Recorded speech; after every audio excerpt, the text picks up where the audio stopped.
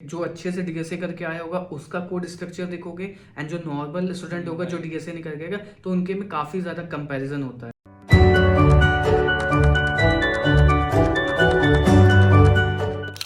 So hello and welcome everyone on my YouTube channel preparation to placement. So आज अपने साथ हैं अभिजीत और he is working as back end developer. So सबसे बढ़िया होगा अभिजीत से जानते हैं। एंड ड्यूरिंग कॉलेज टाइम इन्होंने बहुत ज़्यादा फ्रीलांसिंग भी करी है, तो उसके बारे में हम लोग जानेंगे कि कैसे उन्होंने फ्रीलांसिंग करी और क्या क्या चीज़ें हम इनसे सीख सकते हैं। सो अभिजीत, ओवर टू यू। आप अपना इंट्रो एक बार दे दो, फिर हम लोग स्टार्ट करते हैं। पे अभिजीत हमको बताने वाले हैं वेबडी के प्रोजेक्ट कैसे करने हैं और कॉलेज में इन्होंने कौन कौन से प्रोजेक्ट करे। आप किस किस प्रोजेक्ट से स्टार्ट कर सकते हो, क्या क्या लेवल होगा, ठीक है, और बिना डीएसए के क्या आप बेसिकली प्रोजेक्ट्स कर सकते हो, या ये इंपॉर्टेंट ही है कि आपको एकदम फुल स्टैक बनना है या फोड़ना ही है जॉब के लिए। तो वो सारी चीज़ें हम अभिजीत से जानेंगे। So Abhijeet, over to you. So yeah, hi guys, my name is Abhijit and I also have a channel called Coding for All by Newton School where I teach backend developer and specifically for Django। and आपको Django का काफ़ी ज़्यादा awesome content उस particular channel पे मिल जाएगा। and the channel name is Coding for All by Newton School। What basically I do is I am working as a software engineer in a company as a backend developer, as a Python developer। And what I have done in the past, I have also worked as a freelancer when I was back in college। and due to COVID time सब लोग घर पे थे and I have opportunity का मैंने फ़ायदा उठाया and काफ़ी सारे freelancing प्रोजेक्ट किए थे इस पर्टिकुलर जर्नी में। राइट। सो अभिजीत, सबसे पहले आपसे ये जानना चाहेंगे कि वेबडी कैसे स्टार्ट करा, मतलब कॉलेज से स्टार्ट किया, उससे पहले आता था, या कॉलेज में के बाद स्टार्ट किया? So basically what I do, जब मैं बीसीए कर रहा था सो मेरे पास कई सारे मैं लखनऊ में रहता था तो काफ़ी सारे क्लाइंट्स ऐसे आते थे कि उन्हें वेबसाइट्स बनवानी होती थी, है ना। मैंने जैसे बीसीए एंड एमसीए करके रखा हुआ है तो बेसिकली वहाँ पे क्या होता था, उतना ज़्यादा उस टाइम पे लेवल पे आता नहीं था। तो मैंने एचटीएमएल एंड सीएसएस से स्टार्ट किया था एंड काफ़ी लोगों की वेबसाइट्स बनाई, लाइक जिम वेबसाइट होती थी एंड काफ़ी सारे छोटे मोटे जो स्टार्टअप्स होते हैं, लाइक कोचिंग की कोई वेबसाइट होगी, मेजरली वो इन्फॉर्मेशन वेबसाइट होती थी HTML CSS से। लेकिन अब मैं जब जैसे जैसे मैं वेब डेवलपमेंट करने लगा तो मुझे लगने लगा यार ये HTML एंड CSS से काम नहीं चलने वाला है, क्योंकि इसमें हम कोई लॉजिकल पार्ट नहीं लिख रहे हैं, है ना वहाँ पे। सो बेसिक अब सिर्फ खूबसूरती से काम नहीं चलेगा, आप डायनेमिक चाहिए डायनेमिक कह चाहिए, सकते हो। क्योंकि कई बार ऐसे क्लाइंट आते थे कि लेट सपोज उन्हें कोई डेटा अपलोड करना है, उन्हें डेटा सर्च करना है एंड इन ये सारी चीज़ें होती थी।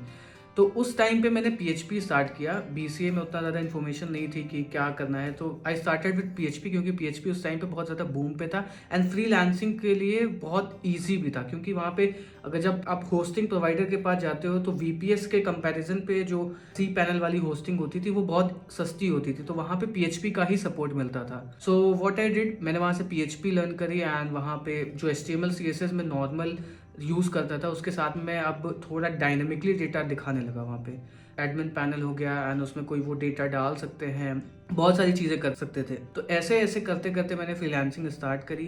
फिर क्या हुआ, धीरे धीरे जब मैं देखने लगा कि कई सारी जो कंपनियां हैं वो PHP नहीं यूज़ करती हैं, they are using for example Java हो गया, स्प्रिंग हो गया, आपका पाइथन में जैंगो हो गया, फ्लास्क हो गया एंड जावास्क्रिप्ट के इकोसिस्टम में एक्सप्रेस हो गया, नोड हो गया, ये सब frameworks and programming language use करती थी। तब मैं धीरे धीरे शिफ्ट होने लगा एंड आई केम टू अब मैं पाइथन के साथ में आया। मैंने पाइथन स्टार्ट की क्योंकि MCA में करिकुलम में था फर्स्ट सेमेस्टर में एंड वहाँ पे मैंने स्टार्ट करी एंड वहाँ से मुझे बड़ा मज़ा आने लगा पाइथन के बाद। तो वहाँ से फिर वो जैंगो की जर्नी स्टार्ट हुई, फिर मैं अपना जैंगो का फिर पूरा जैंगो, फिर पूरा वेबडी वहाँ पे कवर हो गया। यस। तो अभिजीत, मेरा जो नेक्स्ट क्वेश्चन है, और वो बहुत सारे लोगों का सेम क्वेश्चन मेरे पास आते हैं, बहुत सारी क्वेरीज भी आती हैं। तो यार, एक नूब बंदा है, ठीक है, कॉलेज में एंटर किया, जैसे मेरा ही केस ले लो, मैंने कॉलेज में एंटर किया, ठीक है, मेरे को कुछ नहीं आता था। कॉलेज में एंटर होने के बाद और पास होने के बाद भी मैं वेबडी या मैं बोलूँ डेवलपमेंट में मैंने कुछ नहीं किया, ठीक है। तो अगर किसी ने कॉलेज में एंटर किया है, एक फर्स्ट ईयर का बंदा है, तो उसको क्या करना चाहिए, कैसे वेबडी में अगर उसको वेबडी करनी है, तो पहले तो एक सबसे बड़ा डाउट रहता है कि क्या करें। तो वो फर्स्ट ईयर में अगर ये डाउट है ना, तो उसके लिए तो मतलब मैं ये बोलूँगा कि आप वेबडी भी करो, एंड्रॉयड भी करो, मशीन लर्निंग भी करो। फर्स्ट ईयर में ना सब ट्राई करो, इतना इतना सब बेसिक से ट्राई करो। आपके कॉलेज में क्लब्स होंगे, कॉलेज में क्लब्स नहीं है, यूट्यूब पे जाओ, वहाँ से सीखो, ठीक है। बहुत बेसिक ट्राई करो, उसके बाद एक क्लियर अंडरस्टैंडिंग समझ में आएगी कि अच्छा यार इसमें मज़ा आ रहा है, ये करते हैं, इसमें मज़ा नहीं आ रहा है, ये छोड़ देते हैं। फिर आप सेकेंड ईयर में एक फिक्स आ जाओ कि अच्छा भाई अब इस पर अपने को फोकस करना है। तो अगर एक नया बंदा आता है ना अभिजीत, तो उसको कैसे स्टार्ट करना चाहिए वेबडी से? सबसे पहली बात, ये तुमने बहुत ज़्यादा अच्छी चीज़ पुट ऑन करी है कि जैसे क्या होता है कि एक जो फर्स्ट ईयर में स्टूडेंट होता है उसको कुछ समझ नहीं होती है, उसको ये भी नहीं पता होता कि कौन कौन सी फील्ड्स होती हैं। तो लाइक फ्रंट एंड डेवलपमेंट होता है, बैक एंड डेवलपमेंट होता है, एंड्रॉयड डेवलपमेंट होता है एंड एंड्रॉयड डेवलपमेंट के भी काफ़ी सारे डिफरेंट वो हैं।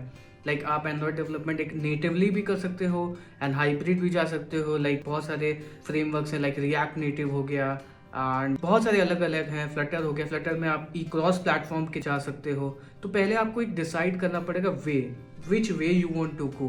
आपको बैकएंड में जाना है, फ्रंट एंड में जाना है, मोबाइल ऐप डेवलपमेंट में जाना है, या फिर आपको मशीन लर्निंग या फिर डेटा साइंस में जाना है।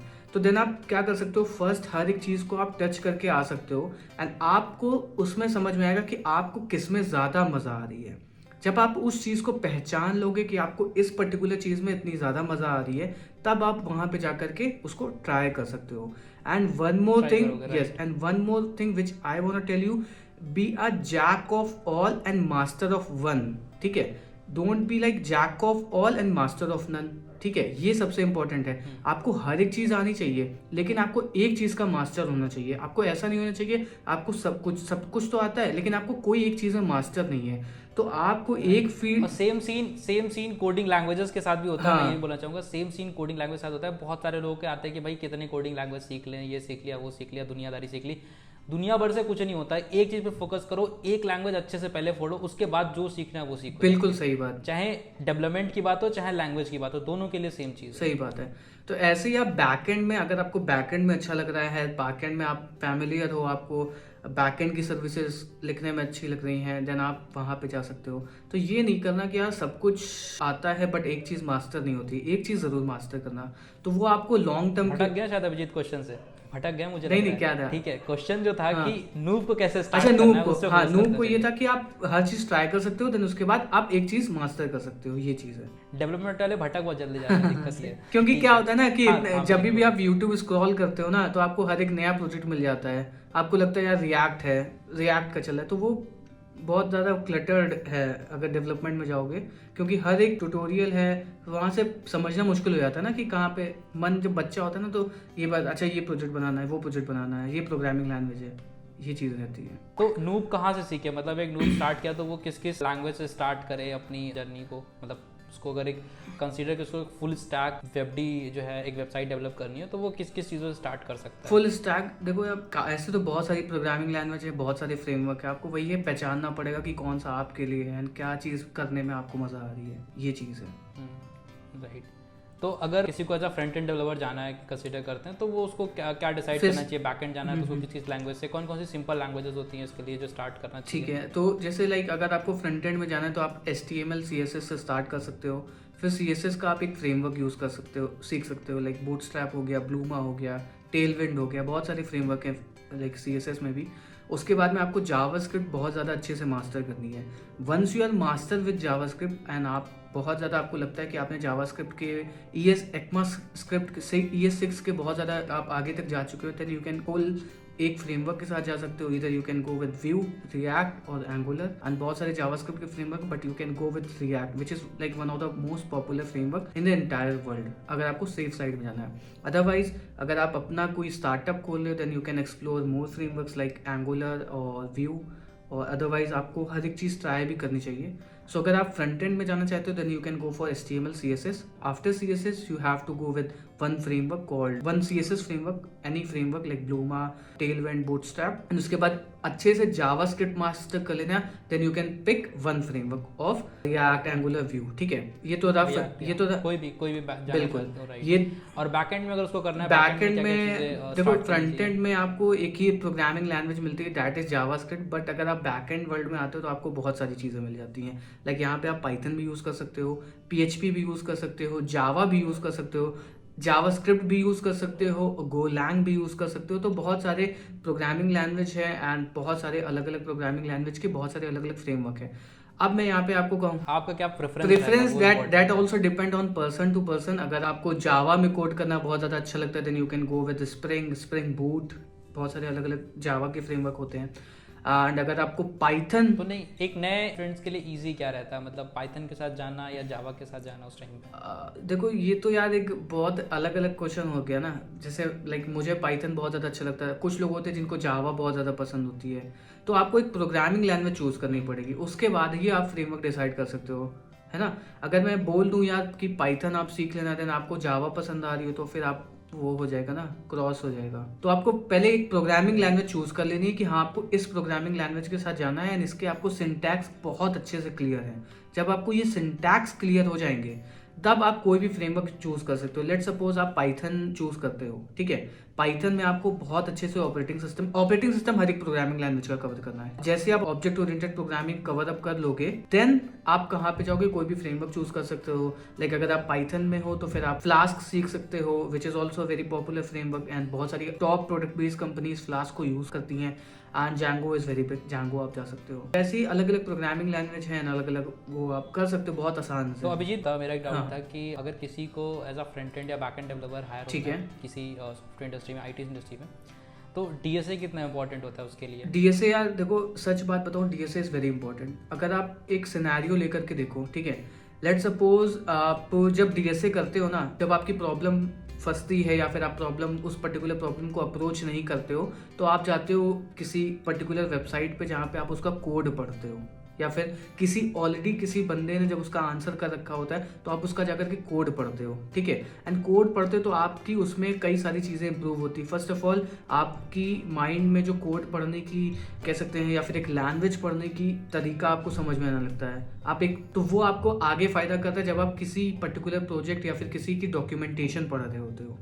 जब आप लेट सपोज डीएसए ओवरऑल बोल सकते हैं कि डीएसए ओवरऑल प्लेसमेंट्स के लिए हमेशा हेल्पफुल रहता है, क्योंकि आप जब भी इंडस्ट्री में काम करोगे तो आप ऊपर लेवल पे नहीं समझोगे। जब आप स्ट्रक्चर लेवल पे जाओगे, डिजाइनिंग लेवल पे जाओगे, तब आप समझोगे कि डेटा स्ट्रक्चर की इंपॉर्टेंस क्या है। जब आपको कोई डेटा बेसिकली इधर से उधर मूव करना है तब आपको समझ आएगा कि इसका डेटा स्ट्रक्चर कितना इंपॉर्टेंट है।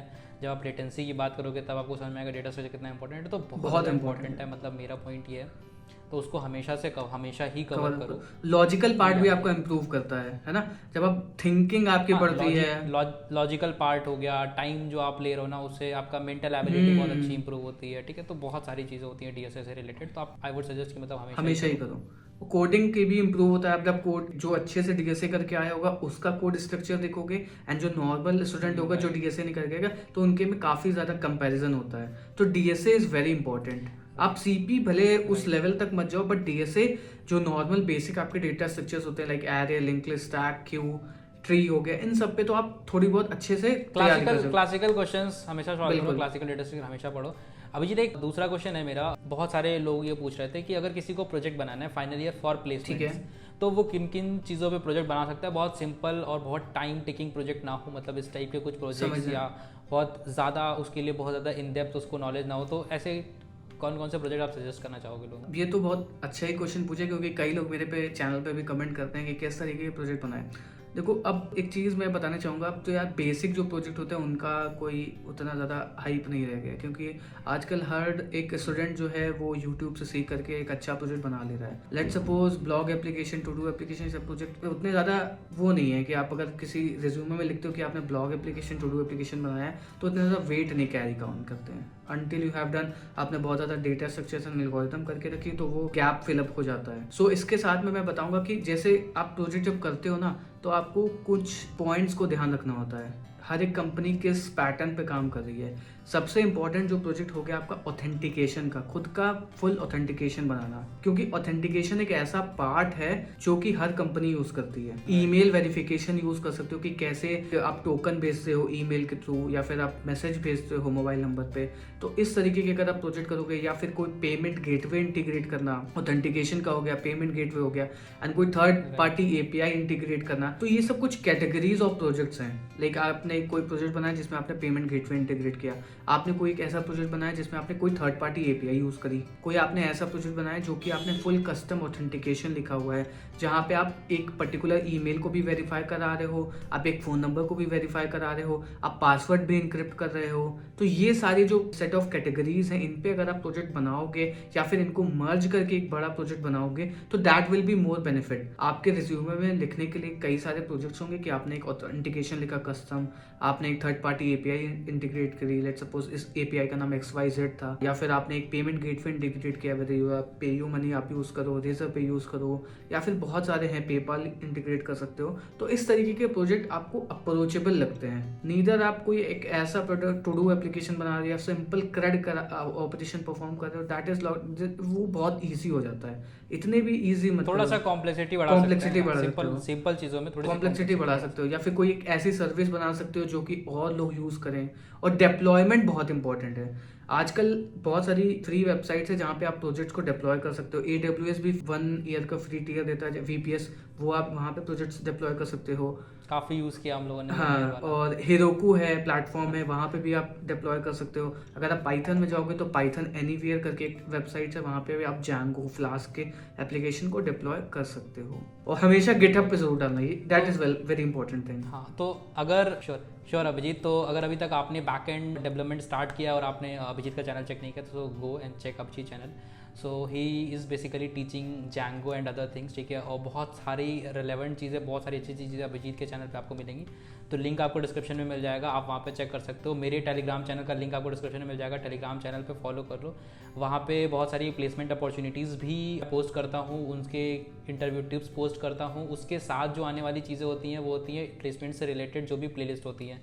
तो अभी तक ऊप्स की प्लेलिस्ट आ चुकी है, ऑपरेटिंग सिस्टम की प्लेलिस्ट भी इन प्रोसेस है, उसके बाद DBMS, कंप्यूटर नेटवर्किंग, सारी प्लेलिस्ट आने वाली है। तो पहले तो जाके इस वीडियो को लाइक करो, शेयर करो और चैनल को सब्सक्राइब करो। उसके बाद अगर अभी भी आपको प्लेसमेंट में प्रॉब्लम हो रही है, then you can search about the Newton school. Link आपको न्यूटन स्कूल का भी डिस्क्रिप्शन में मिल जाएगा।